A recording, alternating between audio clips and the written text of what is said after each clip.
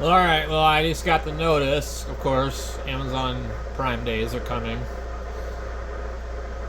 I'm sure there'll be some kind of junk worth buying.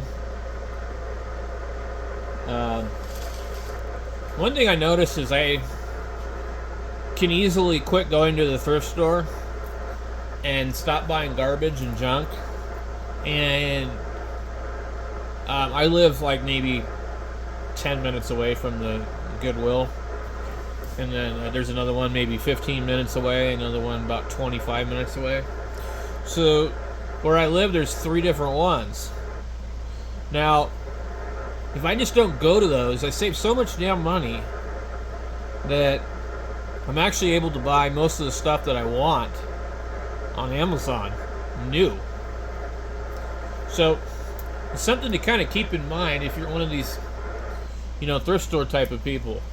If you are constantly going to the thrift store and buying something for $4 or $5, $2 or $3 on a daily basis, going down there, but maybe you don't buy something every day, but you're probably buying something every other day.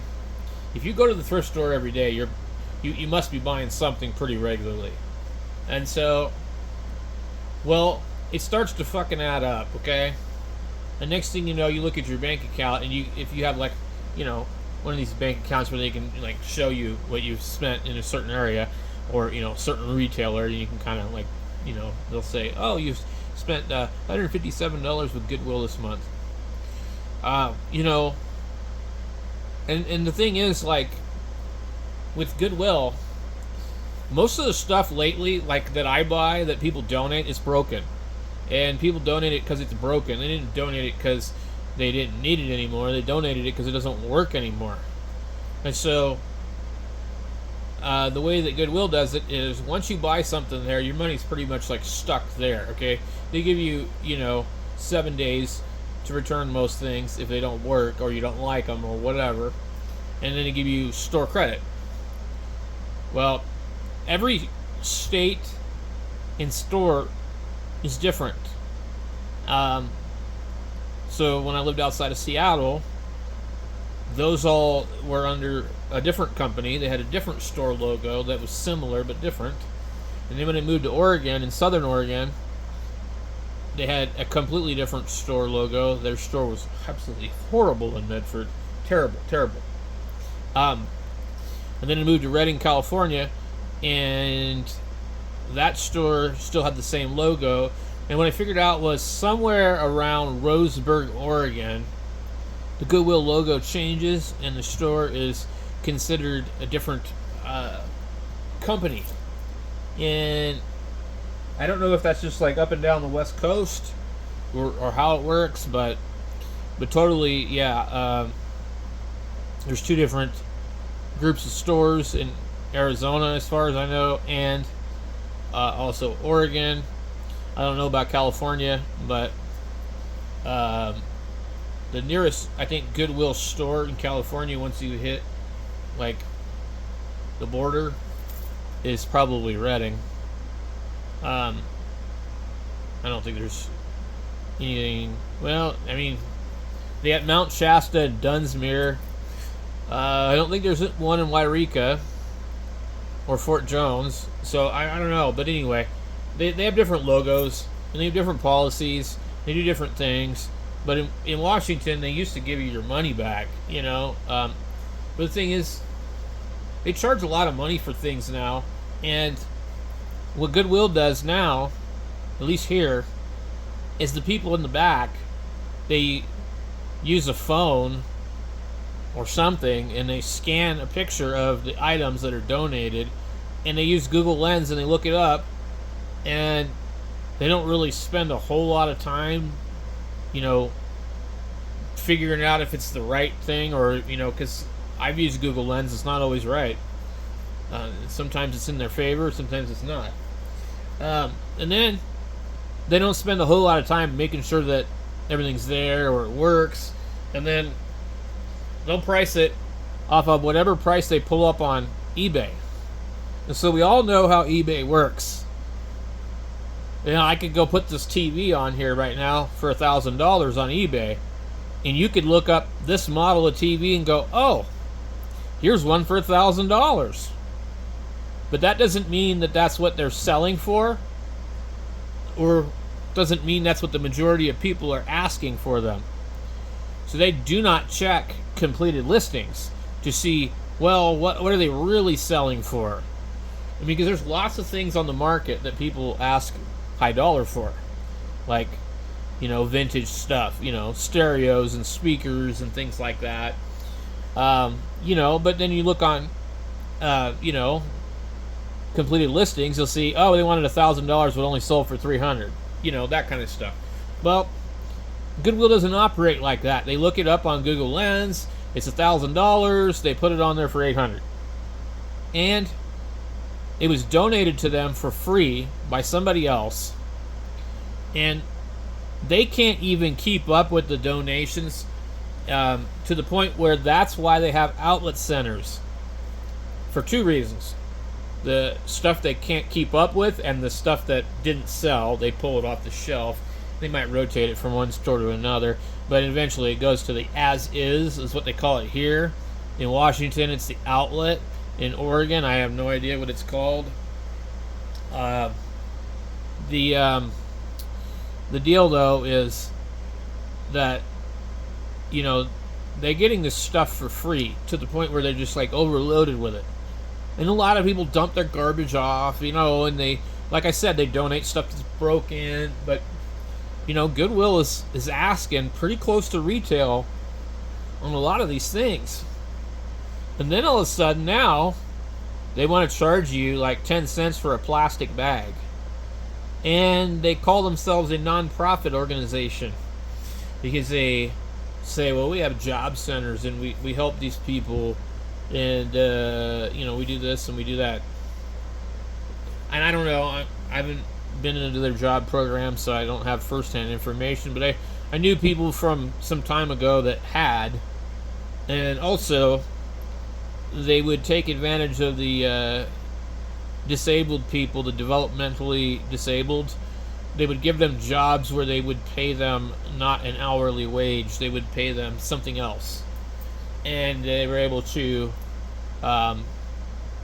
employ these people, and then the state was paying maybe the rest of the wage to the person, but Goodwill wasn't paying any of it, or something like that. And so they've taken advantage of the situation, and they figured it out that this is a pretty big deal. Now, the CEOs of different regions or whatever are making thousands of hundreds of thousands of dollars a year. I'm not sure if it's more than that. I heard some pretty serious numbers before, and I would not be entirely surprised if the company was owned by some of these really, really big real estate companies or something like that. But they're not non-profit. But if they are, they're definitely making a profit. Okay? And I do agree that they do provide a useful service for people to dump off their broken junk. And they do offer a useful service for people to, go to job training and stuff like that and kind of, feel out the job market. I have watched my local store go through a different manager about every 2 to 3 months, sometimes even more than that. In 1 year, you will not see the same person working at that store. Ever. Never. They don't last long. They work there, they get some experience maybe, I don't know what they do.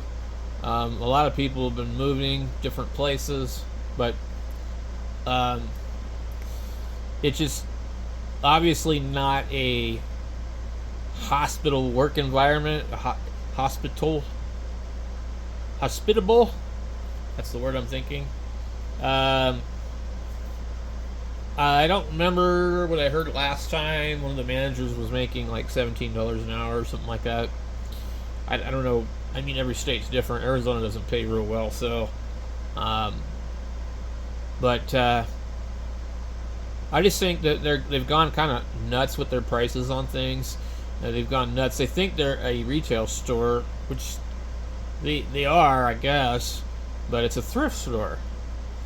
And the items have been donated by people out of the kindness of their heart or out of the deal to get rid of stuff. And then the other thing too is like, I don't know if it applies to here, but in Seattle area, the Goodwills were on a list of electronic recyclers, which means that actually they're supposed to take their broken stuff and recycle it, not resell it, if it's broken.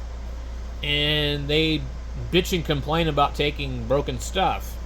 And then I remember they were like, we don't take TVs that have tubes in it.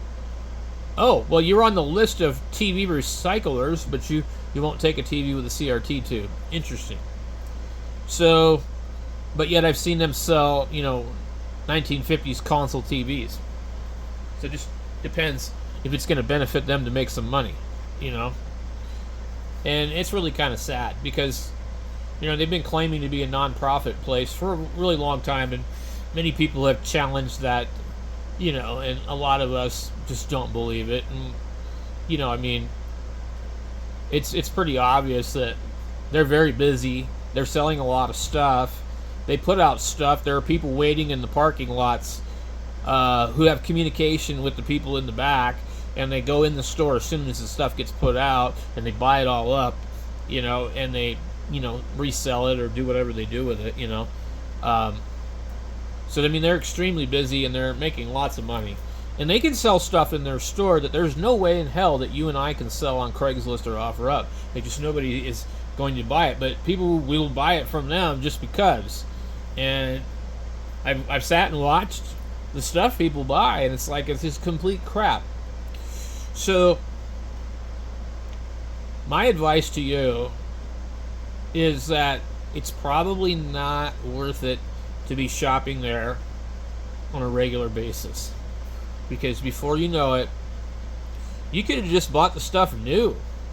Okay, got it on Amazon, had a 30-day warranty, got your money back if it was junk. So I think right now, especially with the way the economy is and everything, you go into the Goodwill and there's a pair of Rustler jeans that are sold at Walmart for like $13, and they want $20 for them, and they're used. I can understand maybe you want to get the old Wrangler jeans that you can't get anymore, that aren't made the same way anymore, or maybe old Levi's or whatever. Well, they know that too, because they overprice those also. It's just really sad, So, that's just my rant about Goodwill, and it's not going to change because people will continue supporting them. And as long as people are buying from them, they will keep taking and taking and taking and taking and taking. It's not going to change. There's no reason for it to change. It's just like everything else going on. Until there becomes a reason for it to change, it will not change. Until people get tired of it, it will not change. So, I'm not complaining about it. I'm just not going there anymore right now. I'll go there when I need something, but I've learned that it's wiser for me to not go there all the time. So anyway, guys, you can leave your comments down below and tell us what's the Goodwill store like where you live. Do you live in New York? Do you live in Florida? Do you live in the Midwest? What's it like in different places? Let me know.